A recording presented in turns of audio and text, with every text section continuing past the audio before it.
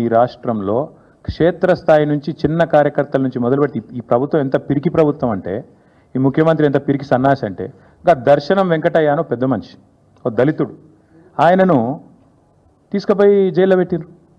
అది గింత మూర్ఖులా? అంటే నిన్ను ప్రజలు మంచిగా చేస్తే పొగుడుతారు, చెడు చేస్తే తిడతారు. నీకు అదే ప్రజలు కదా అధికారం ఇచ్చింది, వాళ్ళే కదా ఓట్లు వేస్తే నువ్వు అక్కడ కూర్చున్నావు.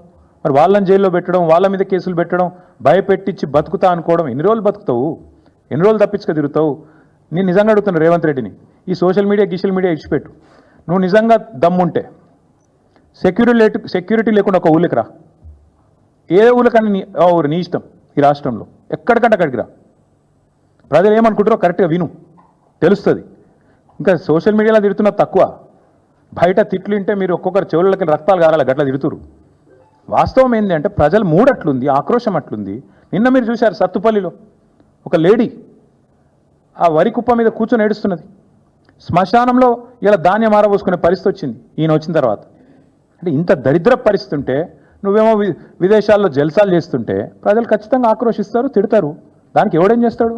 ప్రజాస్వామ్యంలో, ప్రజాపాలనలో ప్రజాస్వామిక స్ఫూర్తి ఉండాలి. ప్రజలు విమర్శిస్తే తీసుకోవాలి, పొగిడితే సంతోషపడాలి. తప్పే ఉంది అందులో?